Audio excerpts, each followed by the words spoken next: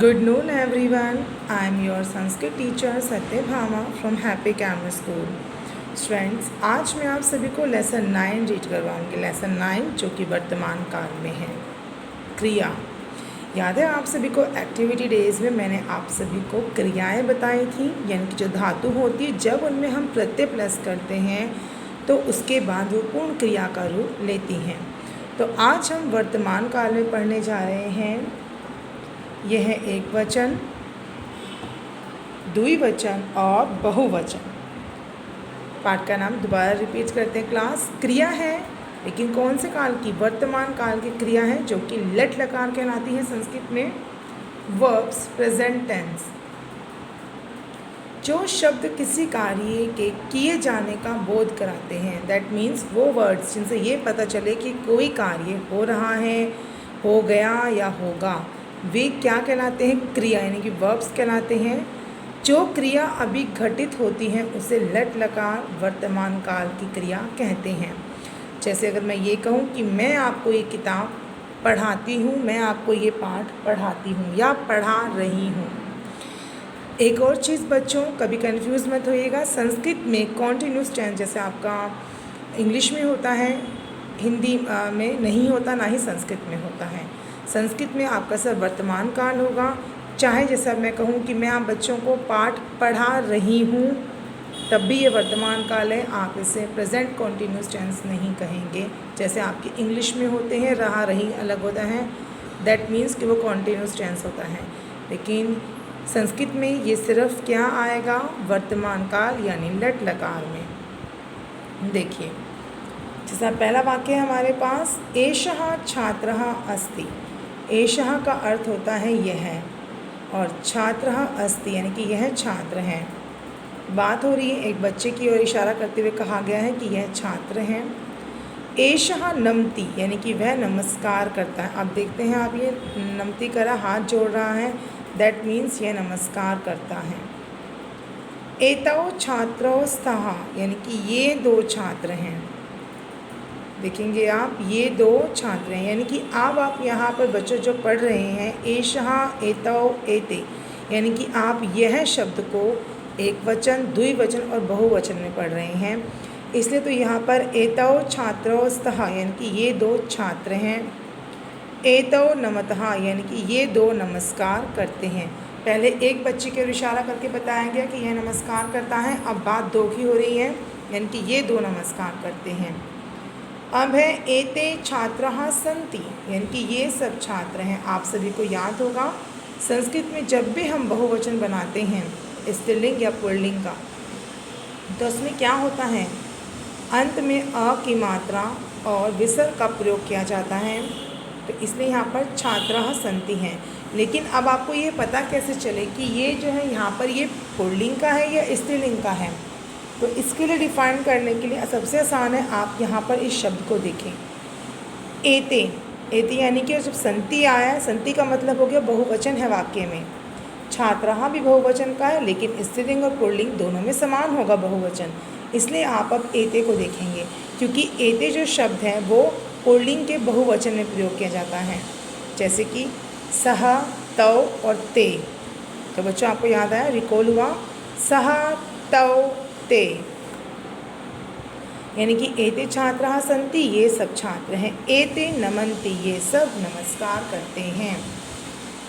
आप देख सकते हैं नमति में क्या लगाया गया है? नमति में प्रथम पुरुष एक वचन है, नमतः प्रथम पुरुष द्विवचन है, नमन्ति प्रथम पुरुष बहुवचन है। नमति यानी अति प्रत्यय है, नमतः अतः प्रत्यय है, और नमन्ति यानी कि अंति प्रत्यय हैं। तो इस तरीके से आपने यहाँ पर पुल्लिंग के तीनों वचनों को पढ़ लिया, एक वचन, द्विवचन, बहुवचन। साथ ही साथ आपने नम धातु को भी आपने तीनों वचनों में पढ़ा, एक वचन, द्विवचन और बहुवचन।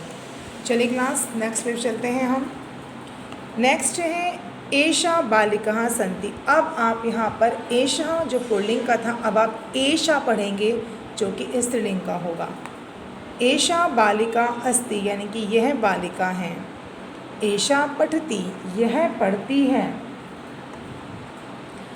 एते बालिके स्तः, ये दो बालिकाएं हैं। एते पठतः, ये दो पढ़ती हैं।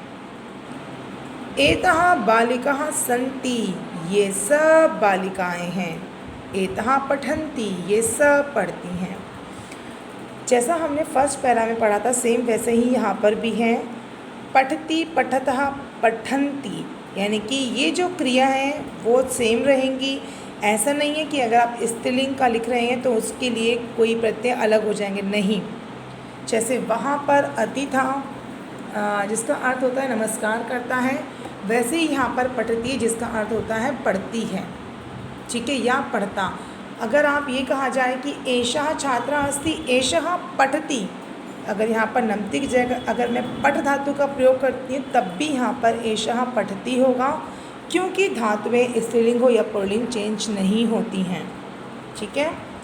एषः एक वचन होता है तो एते द्विवचन और एषः बहुवचन हो जाएगा। एतः, सॉरी बच्चों, एतः बहुवचन होगा। फॉर एग्ज़ाम्पल आप देख सकते हैं, हम आप सभी ने पढ़ा है सा ते तः, सा ते तः। सा यानी एक वचन स्त्रीलिंग के लिए, ते द्विवचन स्त्रीलिंग के लिए और तः बहुवचन स्त्रीलिंग के लिए। तो इस तरीके से आपने पठती पठतः पठन्ति यानी कि पठ धातु को आपने तीनों वचनों में पढ़ लिया। स्त्रीलिंग शब्द एषा जिसका अर्थ होता है यह, लेकिन जो स्त्रीलिंग के लिए प्रयोग होता है उसे भी आपने तीनों वचनों में पढ़ा।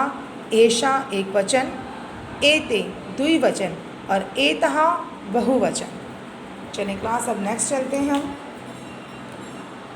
एतत्, अब एतत् जो शब्द होता है यह, एतत् शब्द का प्रयोग अक्सर हम नपुंसकलिंग के साथ करते हैं, यानी कि पहले आपने पढ़ा पुल्लिंग, स्त्रीलिंग और अब नपुंसकलिंग।